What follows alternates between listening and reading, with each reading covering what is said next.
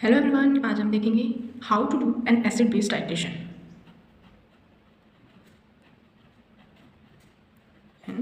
Acid base titration. So जो acid base titration होती है वो बेसिकली जो अननोन कंसंट्रेशन होती है एसिड या बेस की, उसको निकालने के लिए की जाती है। So a systematic acid base neutralization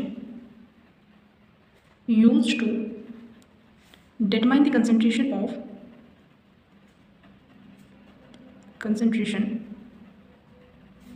of an unknown acid or base। और एट इक्विवेलेंट पॉइंट, जब कोई इक्विवेलेंट पॉइंट आता है, इक्विवेलेंट पॉइंट पे क्या होता है, जो number of moles of acid होता है वो number of moles of base के इक्वल हो जाता है।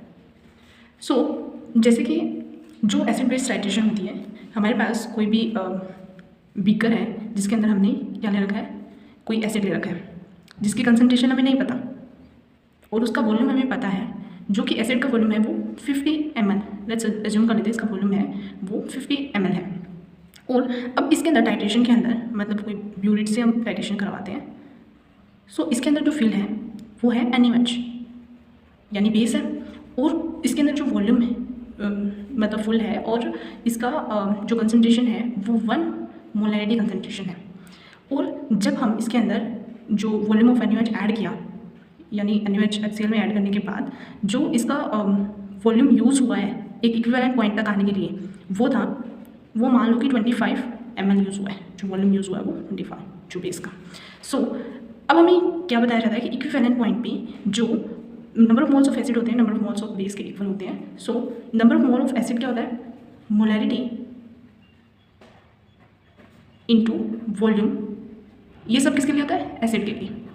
वो क्या है, इक्वल हो जाता है मोलैरिटी इनटू वॉल्यूम किसका, बेस का।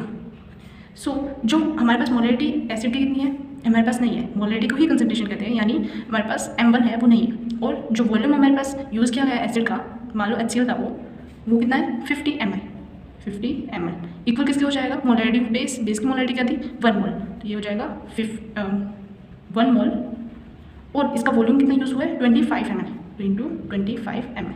सो यहाँ से हमारे पास जो कंसंट्रेशन यानी मोलैरिटी निकल जाएगी किसकी, एसिड की M1, that is equal to 25/50 और मोलैरिटी 0.5 मोलैरिटी।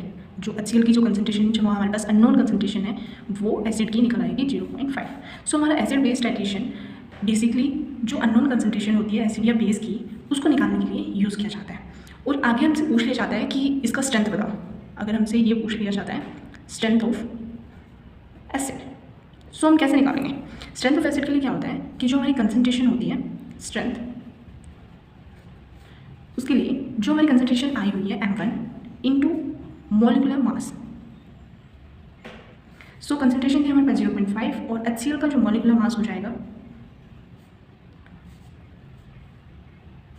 वो approx 35 is chlorine and 1 is 36, तो मल्टीप्लाई 36 कर देंगे तो इज इक्वल टू आ जाएगा इसका हाफ 18 ग्राम पर लीटर। ये हो जाएगी वो एसिड की स्ट्रेंथ हो जाएगी। So thank you.